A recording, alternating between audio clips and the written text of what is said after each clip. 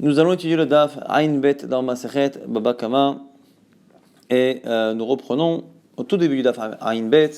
Et là, Maïshna Resha, Maïshna Sefa, la Gemara dit du coup quelle est la différence entre le début et la fin du dernier cas de la Mishnah. C'est-à-dire, on avait vu que en Maskana Demita, en conclusion de Rav Nachman, lorsque quelqu'un avait fait la shrita d'un animal qu'il avait volé, mais qui ne devait qu'une partie de la bête, comme dans le cas où il y avait deux associés, et qu'on avait avoué à l'un et pas à l'autre. Pardon, à l'un on dit effectivement j'ai volé ta bête et je l'ai égorgée, à l'autre on dit non, en fait je te l'avais acheté avant de faire cela. Et donc dans ce cas-là nous dit Rav Nachman, même si à la base on est coupable que par rapport à un des deux associés, on multiplie par 5 cette moitié, et donc on peut appliquer le din de Chamisha Bakar à Chamisha Hatzei Bakar, à 4 moitiés. Du coup on transpose cela à notre Mishnah, dans le cas où un a fait la shrita et volé et fait la shrita de l'animal qui appartenait à son père, mais qui finira par être en partie son animal, puisque son père décède plus tard, et qui devient donc l'héritier partiel, et donc le propriétaire partiel de cette bête. Du coup, l'agma nous dit, puisqu'au final, on peut payer Khamisha 5 fois, que l'on soit Khaya sur tout ou sur une partie. Pourquoi finalement on nous dit que ça dépend si le père est mort avant la shrita ou après. La Mishnah et la Mishnah Sefa pour avoir fait la différence finalement. Que le père meurt avant la shrita ou qu'il meurt après la shrita, c'est pareil. S'il meurt après la shrita, à ce moment-là, on paiera 5 fois la totalité de la bête. S'il meurt avant la shrita, bon, effectivement il est mort avant la shrita et donc il est le fils, il est propriétaire d'une partie de la bête, mais sur le reste il paiera 4 fois ou 5 fois. Réponse, la Gemara Malé, Reisha Karinabe Udvacho Kulo Beisura. Seif alo Karinabe Udvacho Kulo Beisura. Pourquoi? Parce qu'en fait, quand à la limite le père est encore vivant, à ce moment-là la shrita se fait de manière interdite. Mais si la shrita se fait à un moment donné où lui est déjà héritier, à ce moment-là la bête lui appartient en partie, et donc il n'est pas totalement Beisur. Donc comme c'est pas complètement de manière interdite, la shrita, ça ne peut pas subir le din de Arba Vachamisha. C'est pour ça que dans la Mishnah on dit que si le père est mort avant la shrita, il n'y a pas de din d'Arba Vachamisha, bien que par ailleurs, quand on doit qu'une partie de la bête, on paiera 4 fois ou 5 fois. La suite de la Mishnah disait Ashochet venimse terefa, celui qui fait une shrita d'un animal qui s'avère être taref, selon Rabbi Shimon, ça ne marche pas, selon Rabbi Dan, oui. Et autre cas, c'est Ashochet cholim bazara, celui qui fait la shrita d'un animal qui n'est pas un korban, et il le fait dans l'Azara, dans la cour du Beth Amikdash. Le fait de le faire rend l'animal interdit, et on retombe la marloquette entre Tanakama et Rabbi Shimon. Selon Tanakama, le fait que la shrita rend l'animal kasher ou pas ne change rien. À partir du moment où c'est une shrita, on paiera Arba Vachamisha. Selon Rabbi Shimon, puisque l'animal ne sera pas consommable par cette shrita, puisqu'il a été égorgé au Beit Amikdash, à ce moment-là, il n'y a pas Arba Vachamisha. En tout cas, maintenant la question de la Gemara Marlé, Rav Chavivi, Mechozna le Ravashi, remarque de Rav Chavivi, Mechozna Ravashi. Remarque qui est liée à une marque qu'on verra par la suite. Est-ce que la shrita, le fait d'égorger un animal, est-ce que c'est une action et c'est une halakha qui se crée, un acte halachique qui se crée à un moment précis ou qui dure tout le temps où on commence à passer la lame jusqu'au moment où les deux le canet et véchette, et donc les deux tuyaux qu'il y a dans la gorge sont tranchés. Est-ce que c'est à la fin de tout ça que ça se fait, ou est-ce que c'est tout un processus qui dure tout le temps de la shrita? Et du coup, Rav Chavivi dit que de notre Mishnah, on pourrait déduire comme l'un avis et pas comme l'autre. Pourquoi? Shma minayin ali shrita la basov. De notre Mishnah, on pourrait déduire que la shrita ne se fait qu'à la fin et non pas pendant tout le temps du process. Car si la shrita commence à avoir un effet halachique dès le début de l'acte et non pas qu'à la fin, à ce moment-là on a un souci. Puisque la shrita, si tu dis que la shrita dure, enfin la halacha de la shrita, les conséquences halachiques durent tout le temps du process, dès qu'il a commencé à faire la shrita en dehors au Beth Amikdash, l'animal commence directement à être interdit à tout profit, et comme il est interdit à tout profit, ça ne s'appelle plus que c'est la bête du propriétaire, et donc lorsque la suite de la shrita se termine, donc la suite de la shrita se fera sur un animal qui n'appartient pas au propriétaire, donc on ne pourra pas dire que toute la shrita s'est faite. sur un animal qui appartenait à quelqu'un qui a été volé. Donc, Keivan Shachal Beporta, Asra, elle devient Asura, Idach, et donc la suite, Lo Demare Katavar, c'est pas la bête du propriétaire qu'on termine d'égorger, mais c'est la bête qui ne lui appartient plus. Réponse à Malé Ravuna, Béré de Rava, Ravuna, le fils de Rava, répond Kika Mechayev, Ha ou Porta. Proposition que donne ici Ravuna, le fils de Rava, c'est que quand on dit qu'on est Chayav de Arba Vachamisha, qu'on paye 4 et 5 fois la valeur, c'est sur le tout début de la Shrita, c'est le tout début du Maasé, lui aussi, qui crée le Issour de Arba Vachamisha.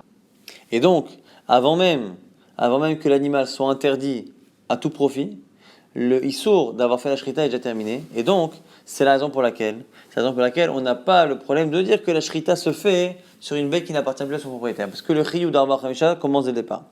Amalé Ravashi répond, l'autre titré, c'est pas une bonne remarque ce que tu dis. Udvacho kulo ba'inan veleika. On a besoin que Udvacho, quand on dit que la personne est chayav de payer 4 ou 5 fois, c'est parce qu'il a volé l'animal Udvacho et qu'il a fait la shrita. Et de l'expression Udvacho, on dirait qu'il a terminé de faire la shrita. Il l'a fait entièrement. Pas il a commencé. Udvacho. Et donc, ce que tu dis, de dire que le rio de Perabba Vachamisha commence dans les premiers instants, et donc il n'y aura pas de problème du fait que la bête est déjà interdite au tout profit, avant même qu'on fasse la shrita, parce que le Issour d'Arba Vachamisha commence tout de suite, c'est faux. Parce que la mashmaro de la Torah, c'est Utvacho, c'est qu'il faut avoir fait toute la shrita pour être chayav. Et donc, s'il faut avoir fait toute la shrita pour être chayav, puisque au bout des premiers instants, l'animal n'appartient plus à son maître, on aurait donc la preuve que la shrita ne commence qu'à la fin, non pas au début.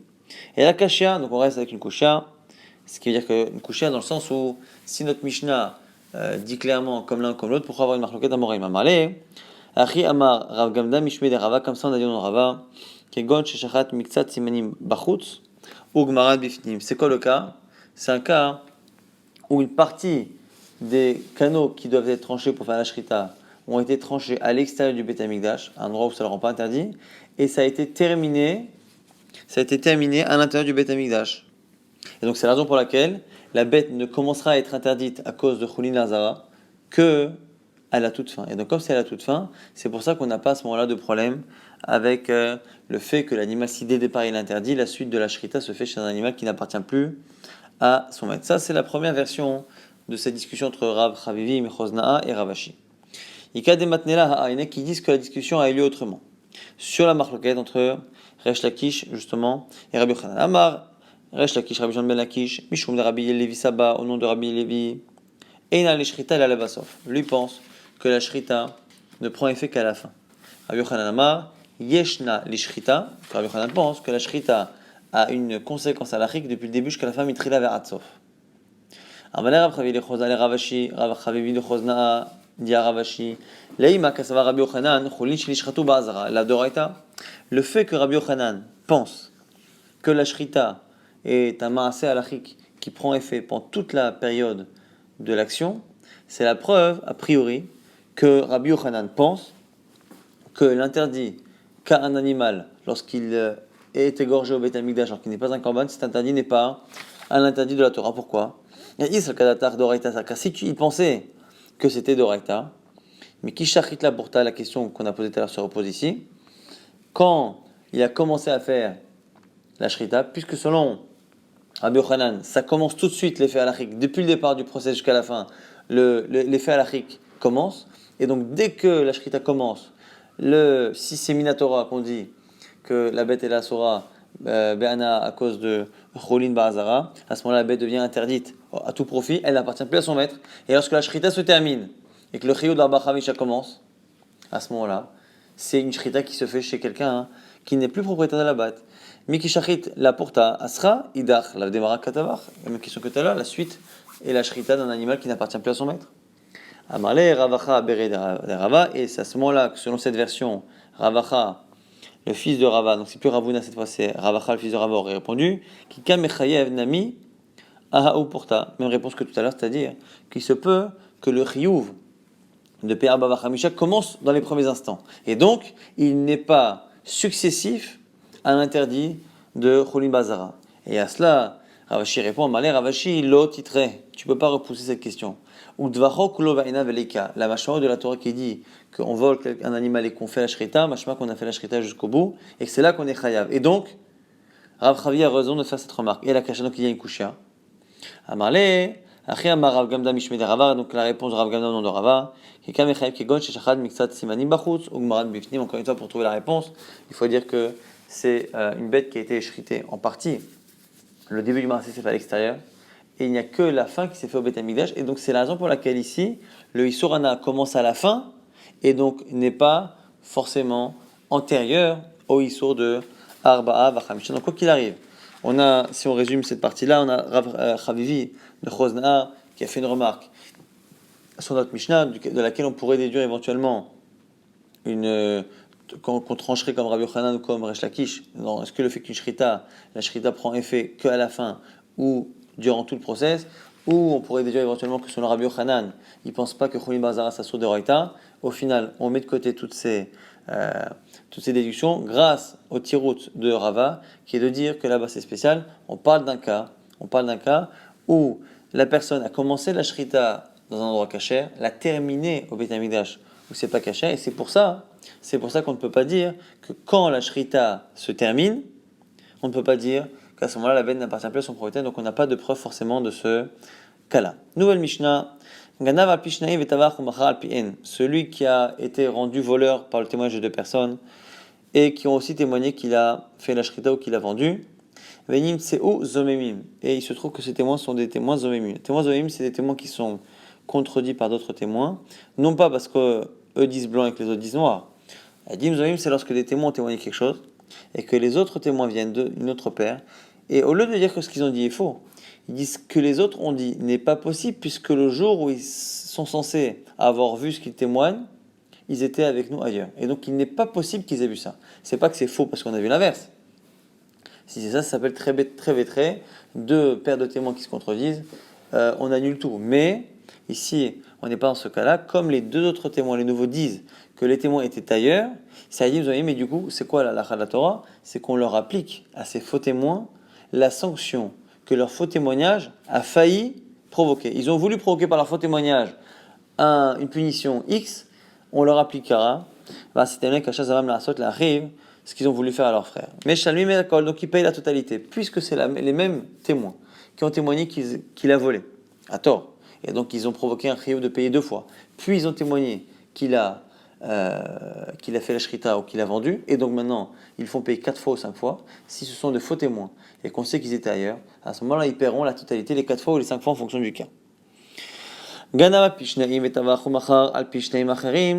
Si les deux témoins qui témoignent qu'il a volé ne sont pas les mêmes que ceux qui témoignent qu'il a vendu ou égorgé, et que les deux paires de témoins sont zomemim, ils se partagent. Les premiers témoins payent ce qu'ils ont provoqué, qu'ils ont failli provoquer, c'est-à-dire de payer double. Les derniers, ils paieront 3 fois, donc ce qui reste, pour arriver à 5, ou 2 fois pour arriver à 4 si c'est un autre type d'animal.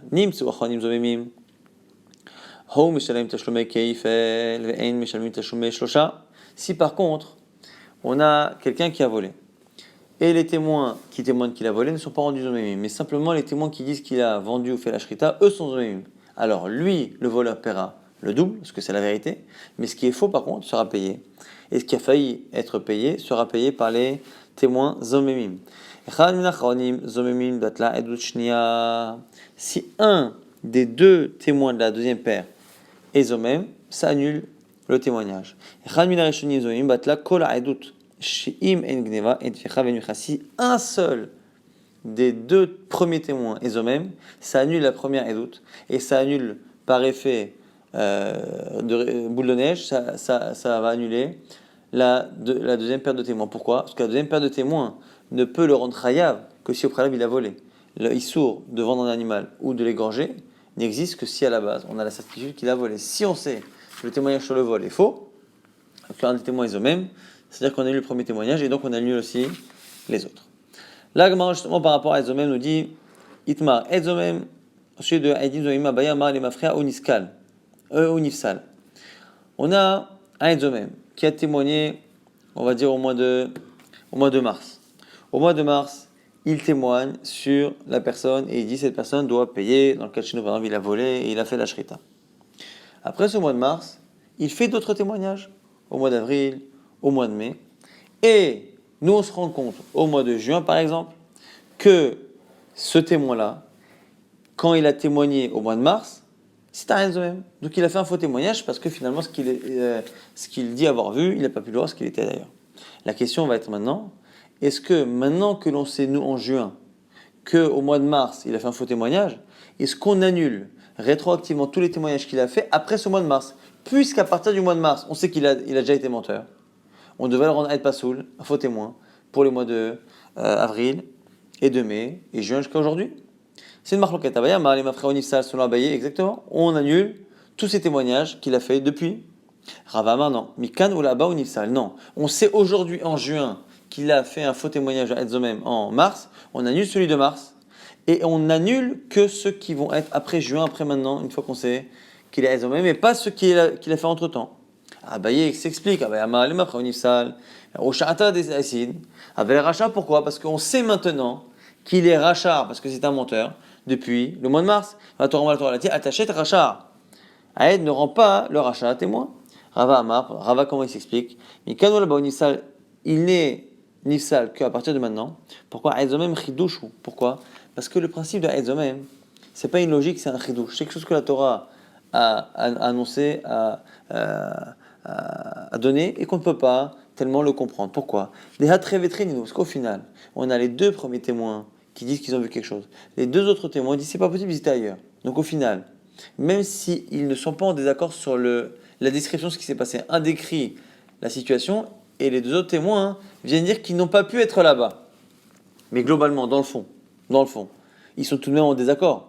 Les deux premiers témoins disent qu'ils étaient là-bas le jour de l'action et les deux témoins disent que non. Et donc du coup, pourquoi faire confiance plus au deuxième qu'au premier? Au final, c'est 2 contre 2, normalement. On devrait faire confiance l'un à l'autre, ou aux deux, mais pas plus au deuxième qu'au premier. Pourquoi fais-tu confiance au second? Tsaït l'année, écoute les premiers. Il car, puisque la Torah t'a imposé quelque chose que toi-même tu ne comprends pas, c'est la raison pour laquelle dans toute la halachot de Edzomem, on ne peut pas aller plus loin que ce que la Torah nous dit. Et donc, la Torah nous dit que lorsque les deux témoins disent que les premiers n'étaient pas là-bas, que sont des faux témoins, le fait déjà de me dire que pour ce témoignage du mois de mars, on annule tout, c'est déjà un chidouche. Maintenant, de là dire que du coup, je vais dire qu'il est rachat et que j'annule tout pour après, je ne peux pas le faire puisque je ne comprends même pas pourquoi je fais confiance à cette seconde période de témoin par rapport au premier pour le témoignage du mois de mars. Donc je ne peux pas transposer ça pour les témoignages suivants. C'est la raison pour laquelle on a cette marque entre Rava et Abaye.